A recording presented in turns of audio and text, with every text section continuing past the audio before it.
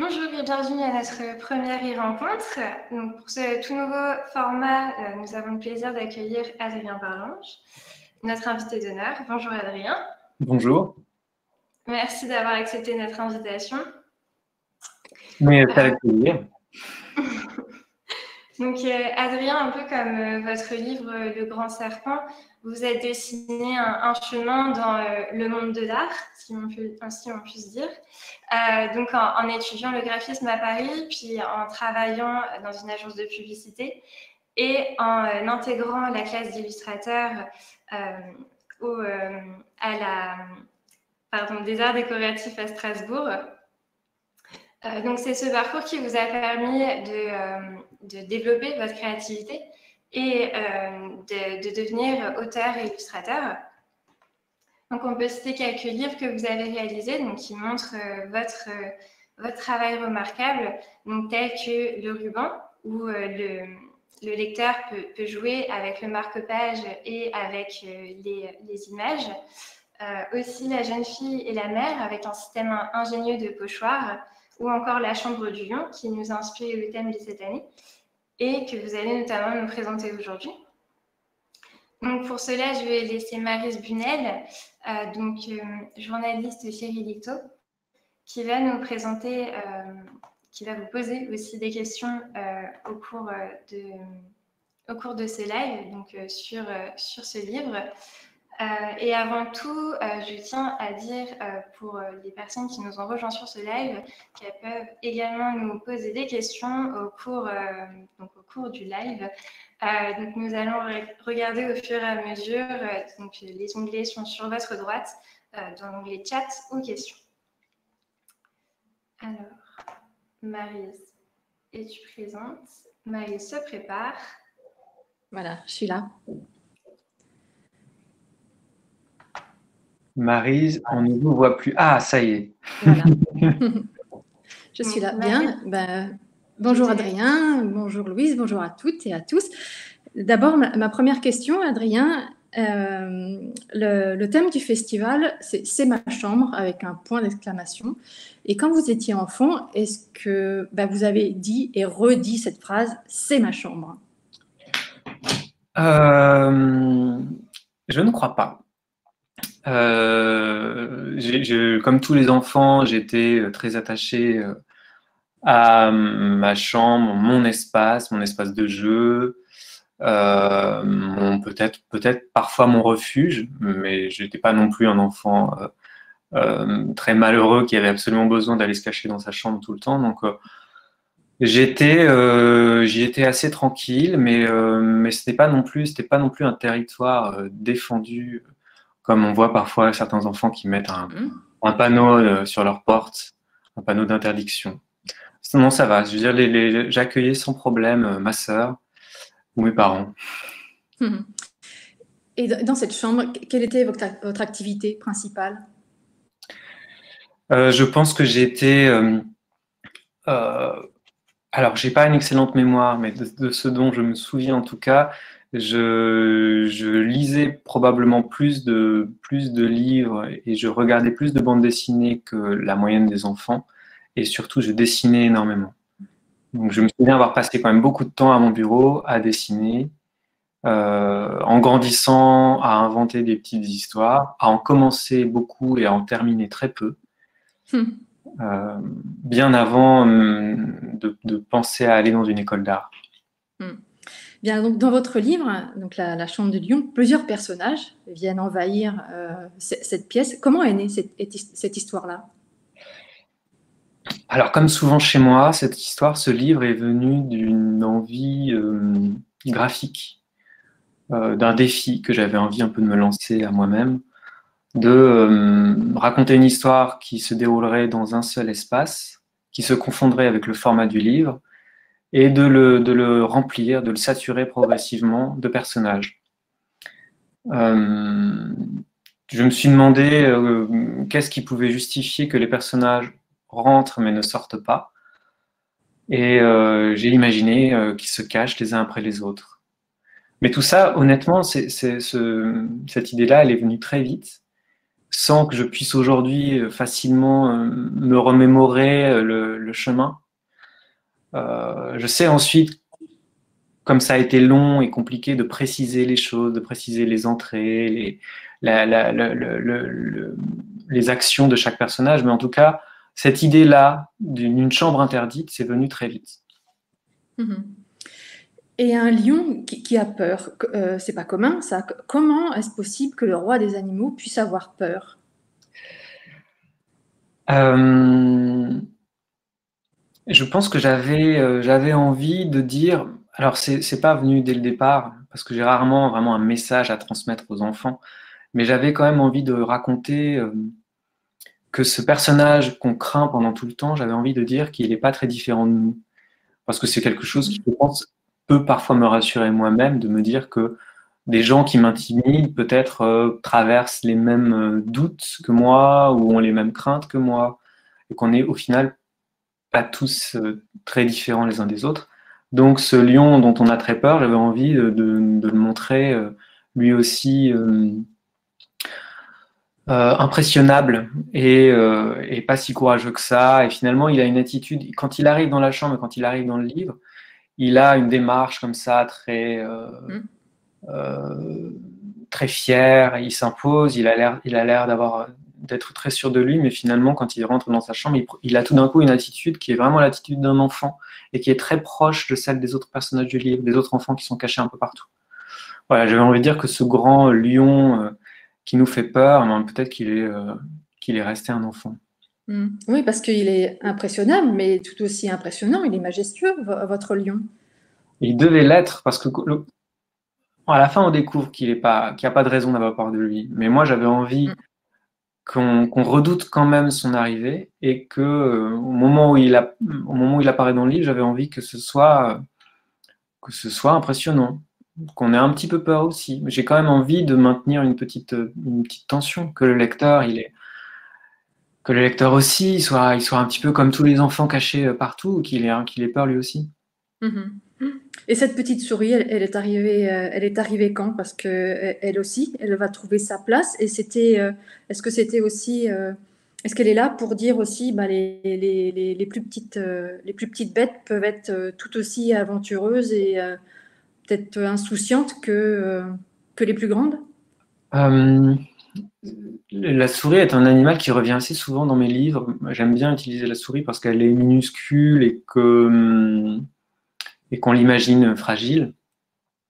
Et c'est parfois le cas, d'ailleurs, dans d'autres livres. Elle est une proie, parfois. Et ici, dans ce livre, ce qui me plaisait, c'est qu'elle soit à la fois la plus petite, donc a priori la plus fragile, mais en même temps, elle est la plus maligne. Ou en tout cas, c'est la seule qui n'a pas peur pour une mauvaise raison. C'est la seule qui n'a peur que de ce qu'elle voit. Elle a peur une première fois au tout début du livre parce qu'un enfant arrive et qu'elle le voit. Mais elle a peur, elle n'a pas peur ensuite. Elle s'en va et puis elle revient. Et à la fin, finalement, c'est la seule qui finit le livre un peu sereinement. Alors, vous l'avez spécifié tout à l'heure, donc de ce livre, il a une unité de lieu. Est-ce que ce parti pris vous a permis de travailler davantage sur les détails? Parce qu'on voit régulièrement les personnages qui bougent, ce garçon qui est sous le lit ou la petite fille qui est sous le tapis, on la voit sur le côté, on la voit allongée. Est-ce que ça a permis de travailler davantage sur les détails? Alors davantage, je ne sais pas, c'est quelque chose que j'aime toujours faire. J'aime bien qu'il y ait des choses racontées dans le texte, des choses évidentes dans l'image et aussi des choses très discrètes. J'aime bien qu'il y ait des petits détails à côté desquels on puisse passer, mais je me dis qu'il y a toujours des lecteurs plus attentifs que d'autres qui vont les remarquer. Donc je pense toujours aux lecteurs les plus attentifs, aux lecteurs ou aux lectrices les plus attentifs. Là, comme on ne quitte pas la chambre, on a toujours un œil sur ces mêmes personnages qui, pour certains, traversent tout le livre sans bouger ou presque. Il y a un petit garçon qui se met sous un lit et qui, pendant 12 pages, ne bouge pas. ne bouge pas, en tout cas ne quitte pas son lit, mais je me suis mis à sa place. Je me suis dit, mais qu'est-ce qui se passe quand on reste coincé dans un espace caché comme ça, exigu pendant longtemps? Je me suis dit, peut-être il commence à avoir des courbatures, peut-être qu'au bout d'un moment, la peur laisse place à l'ennui. Peut-être qu'au bout d'un moment, ils s'ennuient. Donc, j'ai cherché à traduire tout ça dans leurs attitudes, dans leurs gestuels.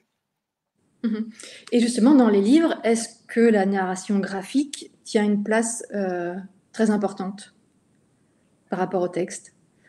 Les deux sont complémentaires, vraiment. Parfois, le texte domine, le texte prend le pas dans la narration. C'est-à-dire que la narration est vraiment portée par le texte, et puis à d'autres moments, c'est plutôt l'image qui nous en apprend le plus. J'aime bien dire beaucoup de choses dans l'image. Je préfère raconter par l'image, et je mets dans le texte, en général, le moins possible, et surtout ce que je n'arrive pas à dire dans l'image. Je travaille vraiment comme ça. J'essaie que les deux se complètent. Et donc, quand quelque chose ne peut pas être compris juste par l'image, je le rajoute dans le texte. Quand quelque chose peut être compris par l'image, je l'enlève du texte. Et le texte arrive après l'image? Les deux, alors comme on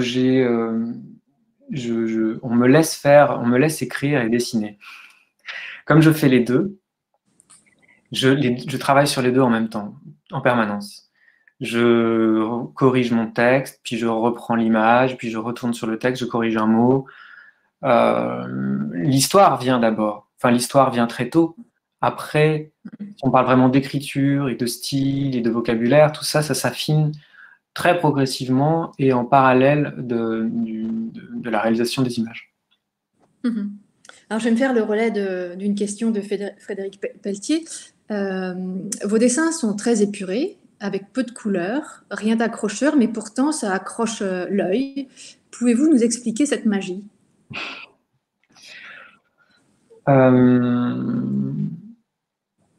C'est vrai que mes images sont très épurées, mais c'est aussi, c'est un petit peu, ça s'explique aussi par ce que je viens de vous dire, c'est-à-dire j'enlève les choses qui ne me paraissent pas essentielles. Je ne suis, moi aussi, en tant que lecteur, pas vraiment intéressé par la décoration. Dans les images, je veux dire, j'aime en général la sobriété, et donc je me concentre sur l'essentiel. Et je crois que forcément, quand on se concentre sur l'essentiel, on fait des images peut-être plus graphiques, plus simples, plus lisibles, parce qu'elles sont pas, le regard n'est pas perturbé par plein de petits détails ou des motifs ou que sais-je. C'est peut-être ça qui explique. Puis c'est vrai que j'ai un goût, j'ai étudié le graphisme, donc j'ai un goût pour la composition. J'aime beaucoup travailler les couvertures de mes livres, c'est quelque chose qui m'intéresse beaucoup. Et je compose énormément, je compose très méticuleusement mes images, un petit peu comme des tableaux, comme je l'ai dit dans une interview que nous avons déjà fait ensemble.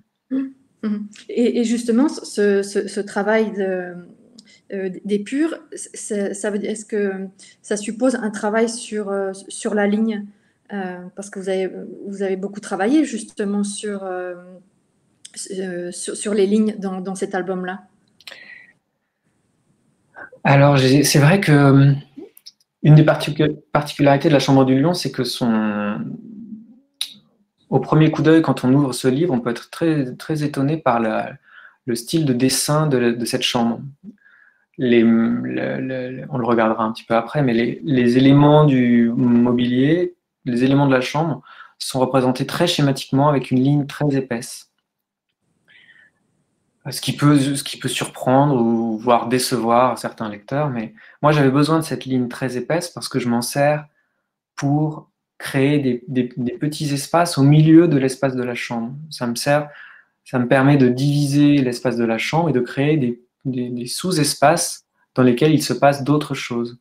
Donc la ligne, pour moi, c'est un moyen de séparer, parfois de lier des éléments, d'organiser, en règle générale, mon espace. Donc cette ligne très épaisse, elle est importante dans La Chambre du Lion, elle est aussi importante dans Le Grand Serpent, dans un livre, qui est mon dernier livre.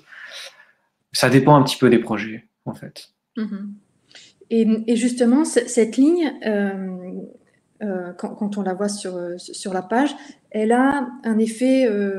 Enfin, moi, ça m'a fait penser au tampon encreur que j'avais quand j'étais petite. Pourquoi vous avez voulu donner cet effet-là? Alors, cet effet tampon encreur, il vient de la linogravure. C'est un livre que j'ai entièrement fait en linogravure. Et je voulais cet effet-là, effectivement, pour rappeler le côté tampon. Parce que il y a beaucoup d'éléments qui sont fixes dans ce livre, puisque les éléments le mobilier de la chambre ne bouge pas. Il y a beaucoup d'éléments fixes et j'avais envie de faire passer l'idée au lecteur qu'il était face à une sorte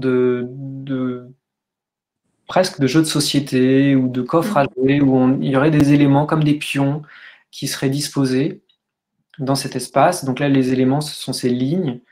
Et puis, il faut jouer avec, ranger, mettre d'un côté, de l'autre. Et le côté tampon, comme ça, me permettait de dire, voilà, le personnage, où est-ce que je le range? J'arrive, paf, il est tamponné en haut. Et à la fois, ça donne un côté très figé, comme un tampon, puisqu'un tampon, c'est quand même une image vraiment fixe. Et en même temps, on se rend compte, en tournant les pages, que ce ne sont pas vraiment des tampons, puisque les personnages bougent très peu, mais bougent quand même. Parfois, ça se joue vraiment à un doigt qui se lève, une main qui se tend tout doucement. Donc, ils sont à la fois figés comme ça dans la page, mais en même temps, dans le détail, ils sont quand même bien vivants. Alors, il y a d'autres questions aussi. Une question de Priscilla qui vous demande combien de temps avez-vous besoin pour écrire un livre? Il y a plusieurs phases quand on fait un livre. Au début, il y a ce moment génial où on cherche une idée, le moment où on la trouve, qui est un moment encore plus génial. Tout ça, ça peut être très rapide, en fait. Je pense que La Chambre du Lion, l'idée et la construction générale de l'histoire sont venues, je pense, en peut-être une ou deux après-midi. Mais ensuite, il y a le travail d'écriture et le travail de précision du dessin et de construction vraiment dans le détail. Et c'est là que plein de problèmes apparaissent. Des problèmes qui mettent beaucoup de temps à se résoudre. Donc, au final, moi, j'essaie de faire un livre par an.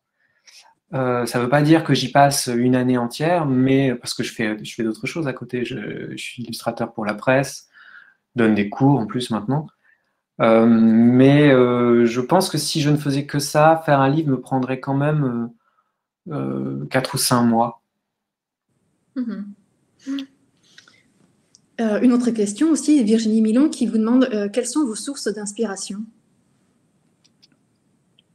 Ça, c'est une question piège. Une question toujours un peu compliquée, je crois, pour un auteur-illustrateur. Parce que j'aime beaucoup les livres, mais c'est pas là que je trouve de l'inspiration. C'est pas en regardant c'est pas en allant faire un tour à la librairie que j'ai des idées de livres que je pourrais faire moi-même. Je pense que on est tous nourris de tout ce qui nous entoure, de tout ce qu'on voit, de conversations qu'on a, de choses qu'on voit ou de choses qu'on croit voir. Pour tout vous dire, il y a eu certaines idées que j'ai eues en enlevant mes lunettes. La myopie peut beaucoup aider, c'est-à-dire j'ai envie de croire voir quelque chose de loin et en fait de me rendre compte que c'était pas du tout ça, mais ça m'a simplement donné une idée voilà, il y a des images qui peuvent venir aussi comme ça. Donc l'inspiration, je vous dirais tout, à vrai dire. Tout est potentiellement une source d'inspiration, mais moi j'essaye surtout de m'amuser, j'essaye de trouver une sorte de petit jeu. Dans le cas de La Chambre du Lion, c'était donc de remplir cette chambre, de remplir cet espace. À partir du moment où j'ai envie, le travail commence. Et puis d'ailleurs, c'est pas vraiment, je le vis pas comme un travail. Donc une autre question de Frédéric Pelletier. Est-ce que vous préparez un nouveau livre? Oui. En fait, c'est même pas que je le prépare, c'est que je suis en train de le terminer. Mais quand je dis que je suis en train de le terminer, c'est que les pages sont posées sur le lit derrière moi, les épreuves couleurs. Donc, je dois envoyer la couverture définitive ce soir. Et voilà, donc c'est un livre qui se termine et qui devrait sortir au printemps 2021. Très bien. Et donc, il y a un commentaire de Élise Absalon qui vous demande, qui dit super les détails de la plume de l'araignée. Les parents lisent et relisent les histoires et remarquent ces petits détails. C'est chouette pour eux. Et alors les parents remarquent, parce qu'en général, ce sont plutôt les enfants qui remarquent. J'ai remarqué ça, c'est-à-dire qu'il y a beaucoup de parents qui regardent les livres très vite, qui tournent les pages très vite en disant, ils ont l'impression, ils scannent les images en fait. Ils regardent et puis ils se concentrent sur l'essentiel. Et ce sont vraiment les enfants qui s'attardent et qui, parfois à la relecture, parfois seuls, en se plongeant dans le livre, remarquent des choses et puis, et en général, sont très contents d'après aller les montrer à leurs parents. Et donc, elle vous dit, je suis encore une enfant alors. C'est très bien. Et Frédéric Pelletier, donc, qui fait aussi un commentaire, vous êtes donc dans votre chambre en ce moment? Exactement, je suis à l'hôtel à Rouen. Oui, la chambre. Ah, la chambre, oui, je suis dans le thème. Oui, aussi. Très bien, merci beaucoup. Et puis maintenant, c'est vous qui allez prendre la parole puisque vous allez lire la Chambre du Lion. Oui, je vais vous lire la Chambre du Lion qui donc est ici. Je vais essayer de vous montrer les images comme je peux. Alors. Donc la Chambre du Lion.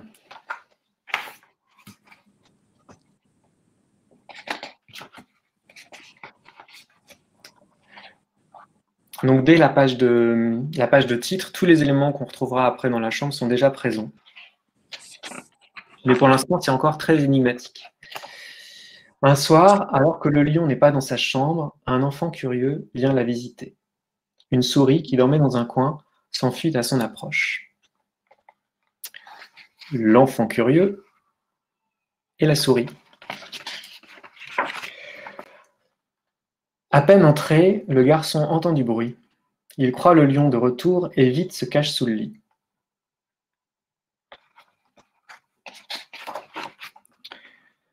Mais c'est un autre petit garçon qui s'aventure dans la chambre. Caché sous le lit, le premier ne peut pas le voir. Il imagine le lion dans la pièce et tremble de peur.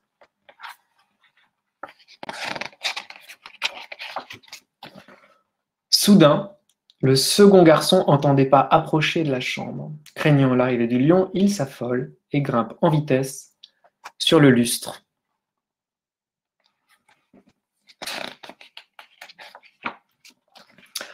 Or, c'est une petite fille qui entre prudemment. À son tour, elle entend des pas approcher. C'est sûrement le lion, se dit-elle, en se cachant sous le tapis. Mais cette fois-ci, c'est un chien qui fait son entrée. À peine a-t-il eu le temps de faire le tour de la chambre que des bruits se font de nouveau entendre derrière la porte.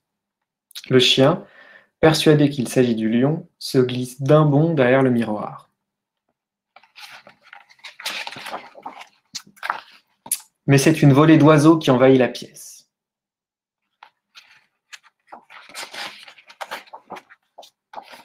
Une fois encore, de l'autre côté de la porte, des pas approchent. Les oiseaux s'affolent. Ils se cachent derrière le rideau.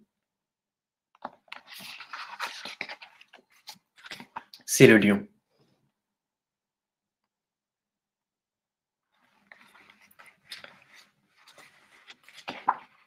Il entre dans sa chambre et s'assoit sur son lit. Les oiseaux derrière le rideau, la fille sous le tapis, le chien derrière le miroir, le garçon sur le lustre et l'autre sous le lit, tous sont terrifiés.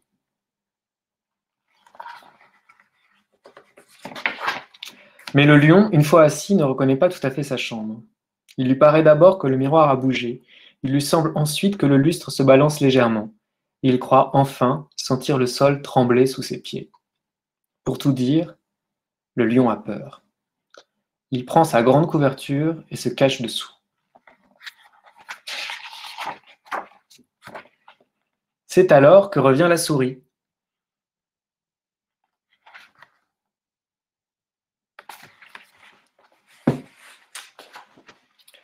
Dans la chambre, il n'y a pas un bruit, pas un mouvement.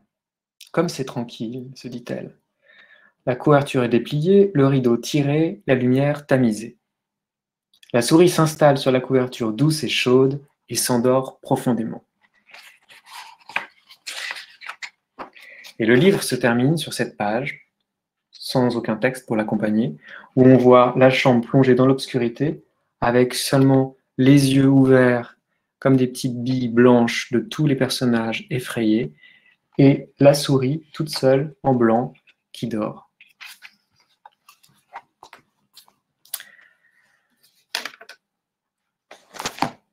Donc, vous avez pu voir ces lignes épaisses et un petit peu accidentées.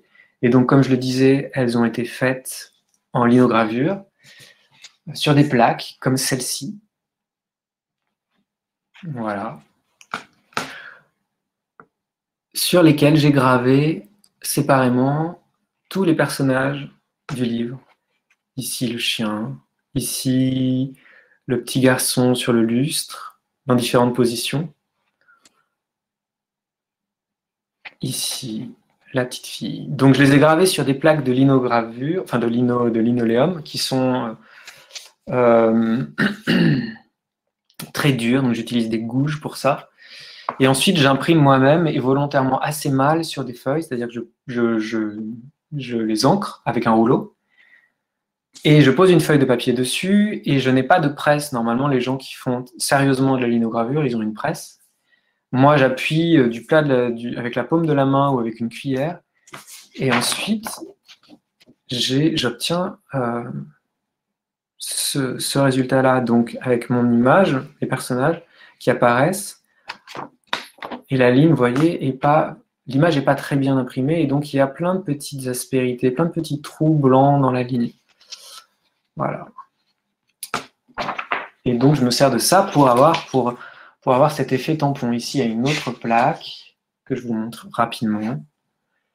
Avec, ici, le tapis, les oiseaux.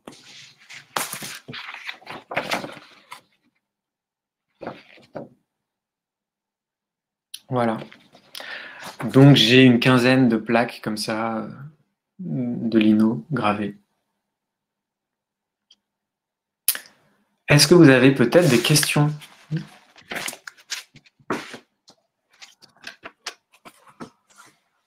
En tout cas, merci pour cette lecture. De rien. On va attendre un peu si le public a d'autres questions à vous poser. Alors, une autre de Frédéric Pelletier. Un peu la technique des estampes japonaises, en interrogation. Je crois, c'est de la gravure aussi. Je pense que c'est pas de la linogravure, mais c'est de la gravure sur bois.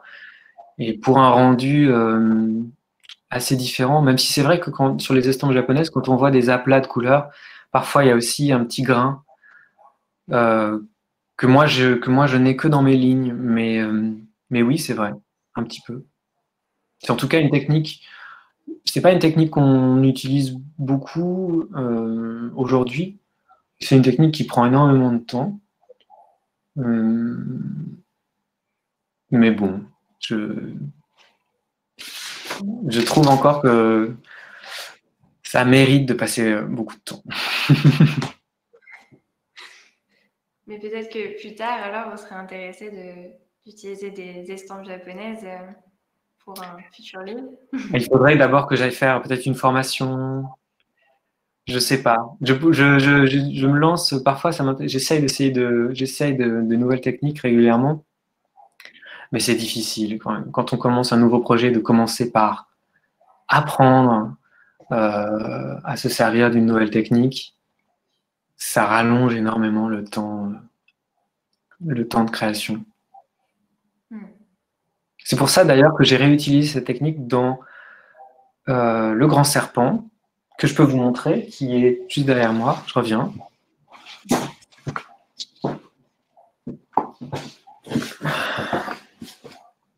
Voilà, le grand serpent. Alors ça ne se voit pas sur la couverture, mais c'est un livre qui est aussi réalisé avec la technique de la linogravure.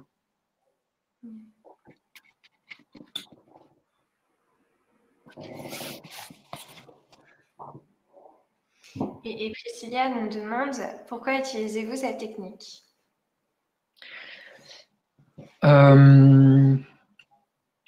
Pour plusieurs raisons. Donc à la fois parce que, comme on le disait tout à l'heure, ça ressemble un petit peu, ça fait ressembler mes images à des tampons.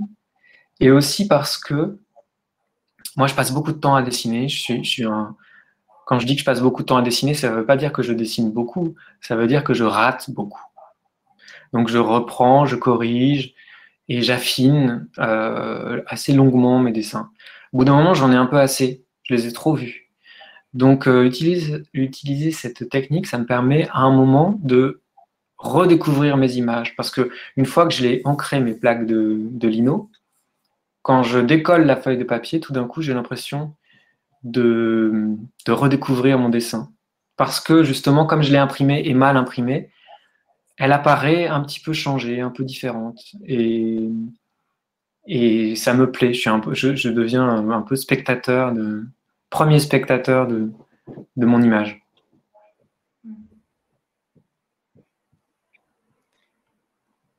Je vois.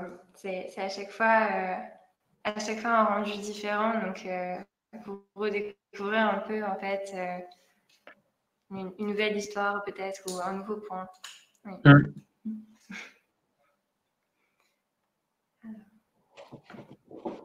vais voir si on n'a pas d'autres questions.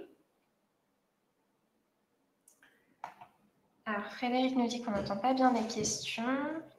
Je vais rapprocher mon micro, excusez-moi.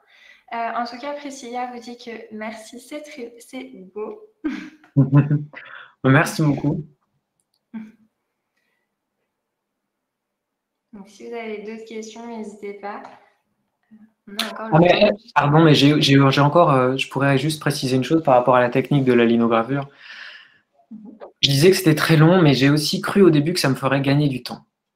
Parce que j'ai pensé à tous ces éléments qui ne changeraient pas, et je me suis dit, plutôt que de redessiner un lit, un rideau, un tapis, un miroir sur chaque page, je vais graver une seule fois ces éléments, et puis je les imprimerai plusieurs fois, et j'aurai comme ça toute une série de lits et de mobilier avec un petit grain, une petite matière différente, mais ce sera le même dessin. Et de la même manière, quand j'ai fait ce livre qui s'appelle donc Un grand serpent, enfin Le grand serpent, je me suis dit, plutôt que de redessiner à chaque fois le serpent, j'ai gravé une série de courbes. J'ai gravé des petites courbes, des grandes courbes, quelques droites, et je me suis servi de ces éléments comme on se servirait de petits modules dans un jeu de construction, comme des wagons de train. Je me suis dit, ok, droite, courbe, grande courbe, droite, courbe, et j'ai composé l'intégralité du serpent comme ça. Donc finalement, j'ai gagné du temps à ce moment-là, et en plus de m'amuser, c'est-à-dire que c'était très rigolo de composer mon serpent avec juste des petits modules. Et après, j'ai perdu beaucoup de temps quand il a fallu dessiner et regraver chaque personnage qui, évidemment, bouge, se comporte différemment d'une page à l'autre. Et puis, voilà. Donc, mais c'était pour ça aussi. C'était pour manipuler des éléments, les tourner dans tous les sens, jouer avec. Donc, dans ce cas, lorsque vous commencez un livre, vous n'avez pas forcément une ligne directive. Ça se construit au fur et à mesure des pages, j'ai envie de dire. En tout cas,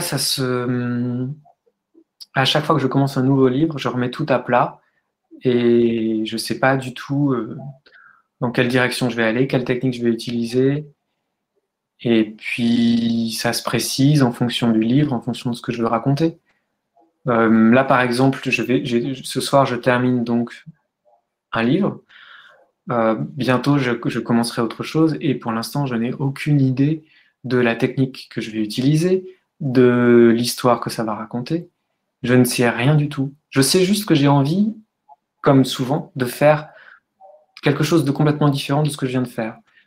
Souvent, si je fais un livre horizontal, j'ai envie de faire un livre vertical. Si je fais un livre avec des couleurs très fortes, j'ai envie d'utiliser des nuances.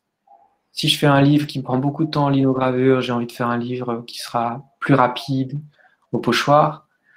Je crois que j'ai toujours envie, en fait, un peu de prendre à contre-pied le livre précédent.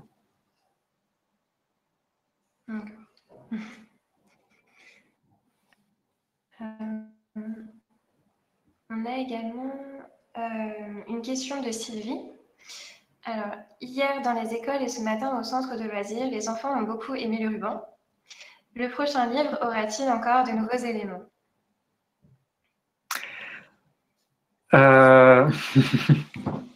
Merci Sylvie pour cette question. Sylvie qui m'a accompagné dans chaque classe depuis hier. Alors, ce ne sera pas un livre très particulier au niveau de la manipulation. Ce ne sera pas un livre... moi, j'ai plus là, en ce moment, j'ai plus envie de réfléchir à la narration, aux histoires. Je cherche plus forcément à rajouter des éléments. Après, si je trouvais une bonne idée, oui, évidemment, je crois que ça, enfin, je serais très content de trouver une idée un peu originale, quelque chose à manipuler, mais bon, c'est pas mon objectif. Je me dis pas qu'il faut absolument révolutionner la lecture à chaque livre. C'est pas possible.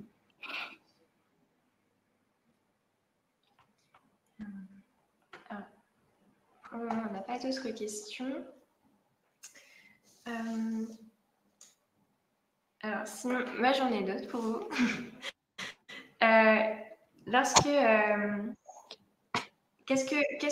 Quel élément ou on va dire quel dessin en fait à chaque fois reviennent, par exemple si on vous demande de faire un dessin, qu'est-ce qu'à chaque fois, qu'est-ce qui vous vient instinctivement que vous aimez bien faire ou refaire? Je dois remarquer quand même, je dois bien reconnaître qu'il y a beaucoup de serpents dans mes livres. J'ai quand même 4 serpents dans 3 livres différents.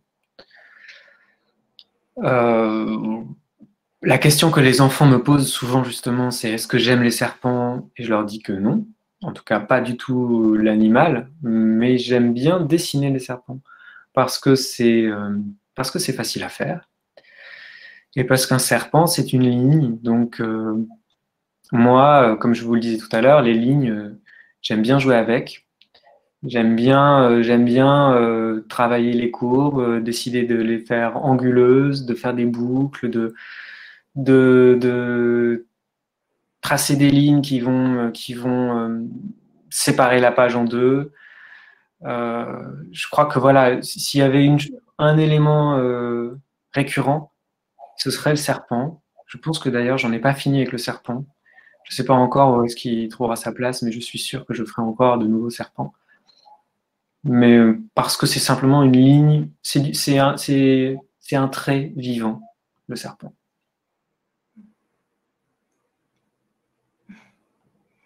Donc justement, Vanessa Hébert nous dit « J'allais le dire, un serpent ». Sinon, autrement, je vous avais demandé de nous présenter les livres de vos enfances, enfin de votre enfance.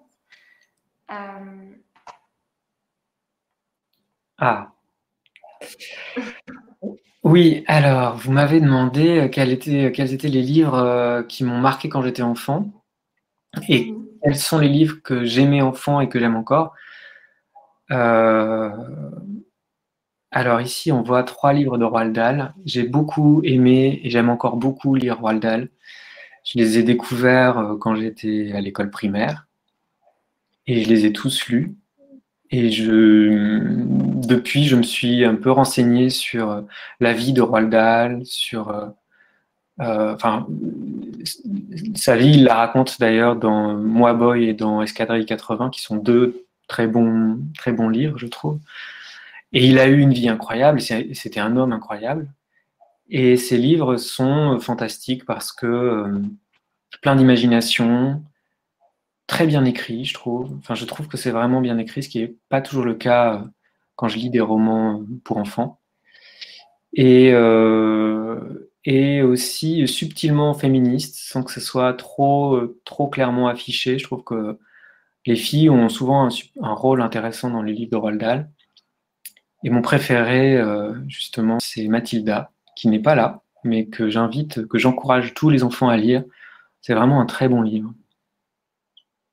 Et j'avais aussi d'autres livres, mais qui ne sont pas de Roald Dahl, voilà, qui m'ont marqué, dont je me souviens vraiment, que j'ai lu bien avant ou qu'on m'a lu, qui sont donc L'arme secrète de Ralph et Une histoire sombre, très sombre. Je me rappelle de ces livres et je ne connaissais pas le nom des auteurs parce que c'était une époque où je ne m'intéressais absolument pas aux gens qui faisaient les livres. Je ne me posais pas la question, tout simplement. Mais L'arme secrète de Ralph m'a beaucoup marqué parce que les dessins m'impressionnaient énormément, parce que le monstre qu'on voit d'ailleurs sur la couverture me faisait peur, me dégoûtait aussi un peu.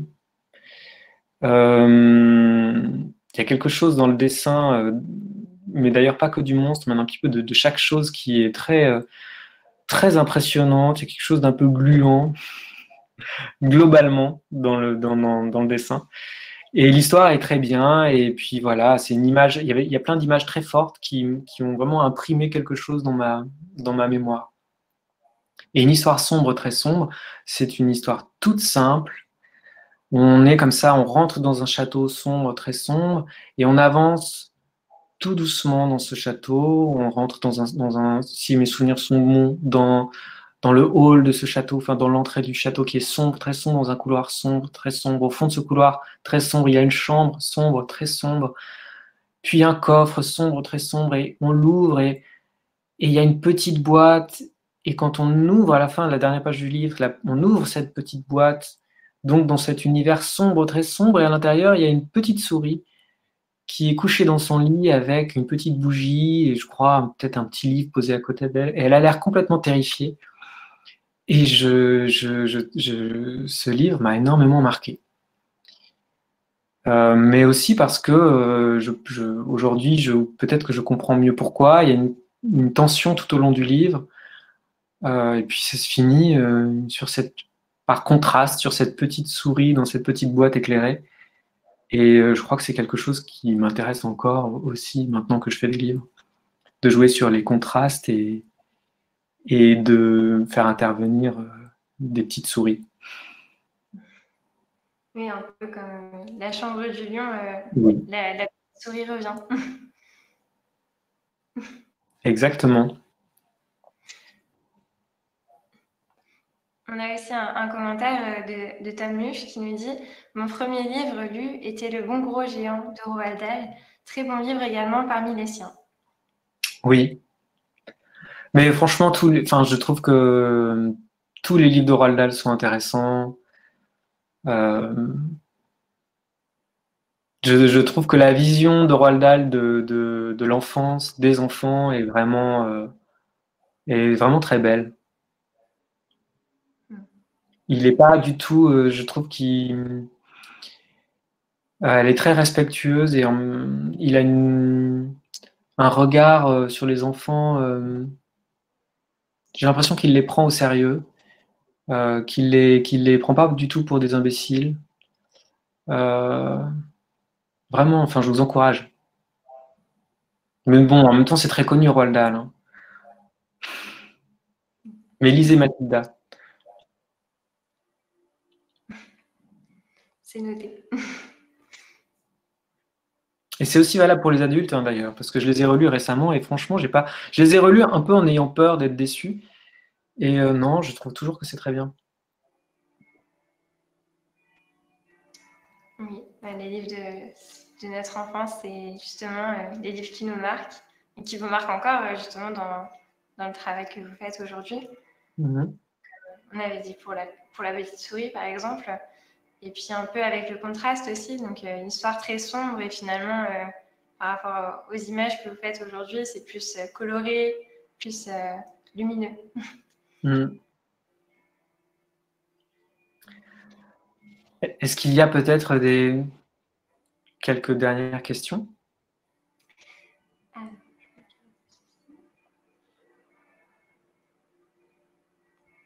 On a répondu au fur et à mesure aux questions. Il n'est pas encore trop tard pour poser une question.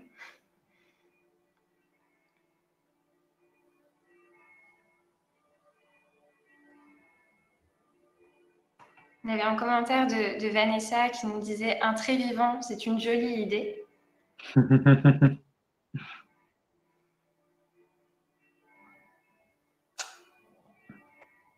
Et c'est aussi très facile à faire, hein. C'est ce que je disais aux enfants que j'ai rencontrés ce matin. Certains avaient du mal, certains trouvaient qu'ils ne savaient pas dessiner ou que tout était difficile.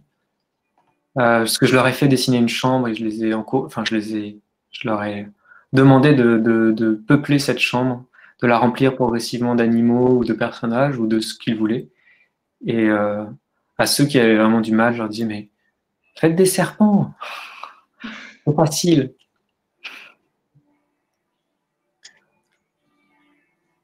Oui, c'est... Non, je ne vois pas d'autres questions.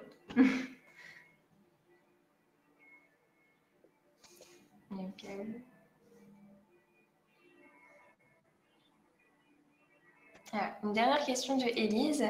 Si on ne sait pas dessiner, peut-on créer des tampons?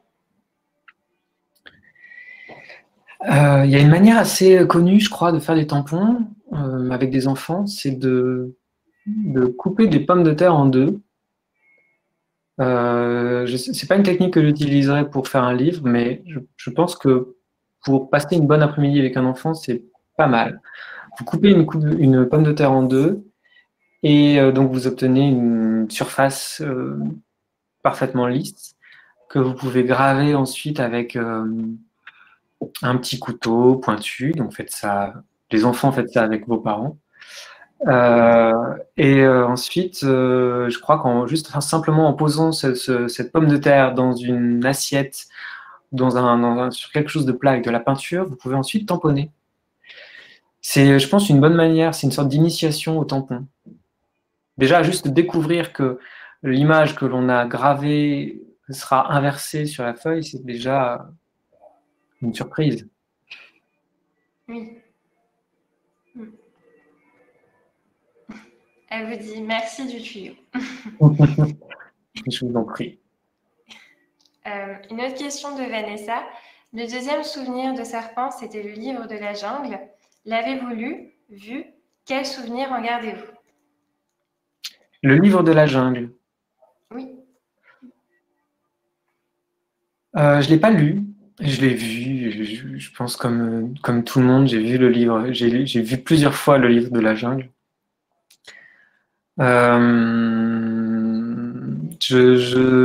J'en garde, c'est un film que j'aime bien, mais j'y vois pas énormément de liens, en tout cas avec. Même si c'est vrai, en fait, j'allais dire que je voyais pas trop de liens. Mais je l'ai revu récemment. J'adore le serpent du livre de la jungle. Les serpents hypnotiseurs dans les films de Disney, il y en a un autre dans Robin des Bois. J'adore les serpents hypnotiseurs.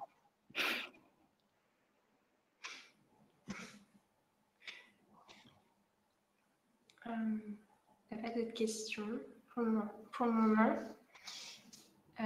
Et pour revenir au tampon, est-ce que c'est une technique qui vous a fait peut-être qui vous a inspiré justement, ou alors quand vous étiez petit, est-ce que vous étiez plus en train de gribouiller sur les bancs de l'école, ou alors avec le tampon?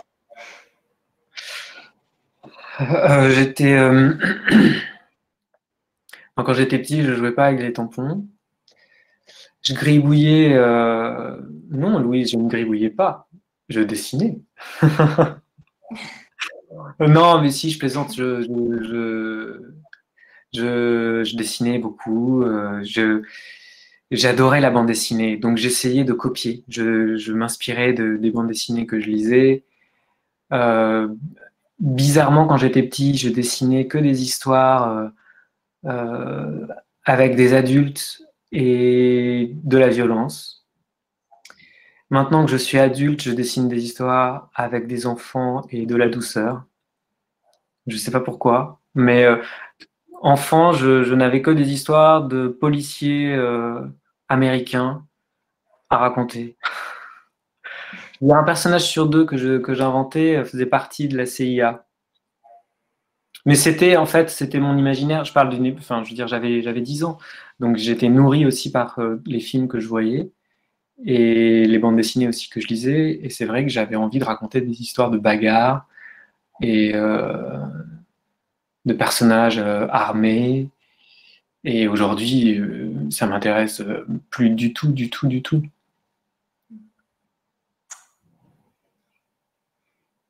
Aujourd'hui, c'est moins dans le roman policier, moins dans la violence ou autre. C'est plus justement toujours coloré. Oui, ou c'est coloré, mais enfin c'est. Je pense que le point commun dans mes livres, parfois j'ai du mal à en trouver un, mais je crois que c'est mes personnages sont tous attentifs. Donc ce sont des personnages qui ne sont pas forcément des personnages qui agissent beaucoup.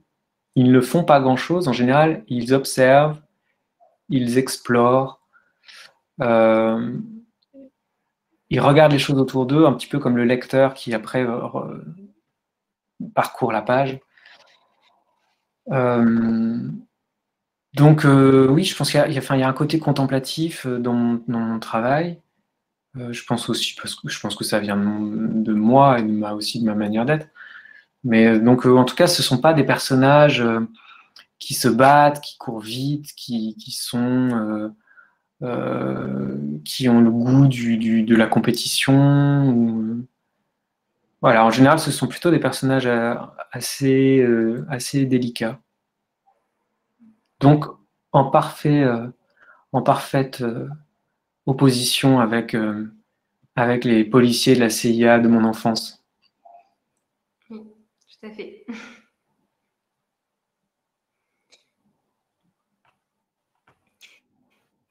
On va peut-être encore attendre pour une dernière question. Si le public en a.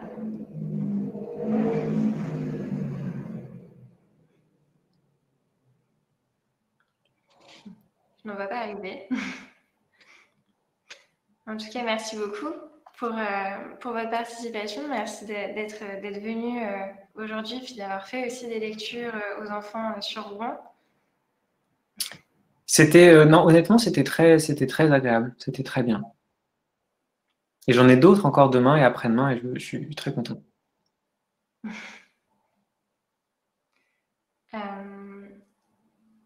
Alors, Priscilla vous dit « Continuez ainsi, merci ». Alors, Sylvie nous dit « Comme le public est timide, peux-tu me redonner le nom du manga ?» Ah oui, parce qu'on a parlé un peu de manga dans la voiture avec Sylvie. Elle me disait qu'elle avait un petit peu de mal à accrocher et qu'elle avait essayé, mais que pour l'instant, elle n'était pas encore tombée. Donc sur un manga qui vraiment lui avait plu, donc je lui conseillais de lire des livres de Taniguchi. Là encore, c'est un peu un classique, mais je lui conseillais de lire Quartier lointain. Et je crois que Le Gourmet solitaire, c'est aussi de lui. Voilà. C'est une approche différente du manga. Peut-être que ça lui plaira plus. Et elle vous dit merci. De rien. Et puis j'en profite aussi pour remercier Maryse d'être venue pendant ce live. Je ne sais pas si Maryse est encore présente. Oui, je suis toujours là. Merci. Eh ben, merci beaucoup. Merci à vous. Et puis donc oui, à bientôt. Et comme nous dit Élise, et puis encore merci pour ce moment. De rien, maintenant je vous laisse, je vais aller voir le gros horloge. Le gros horloge. Le gros horloge. Alors, franchement, tout le monde me reprend. Déjà, j'étais assez fier de moi de ne pas avoir fait l'erreur. Et en fait, j'en ai quand même fait une. Je suis navré. Je dirais par cœur. Voilà. On est viré. Il faut absolument que j'aille voir. Eh ben, bonne promenade. Merci. Oui.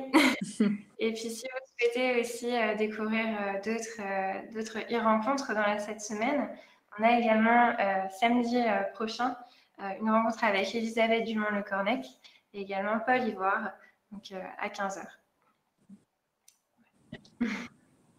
Merci beaucoup. Merci beaucoup à vous. Et Au revoir. puis, merci au public d'être venu. Et on vous souhaite une très bonne journée. Au revoir. Au revoir. Merci, au revoir.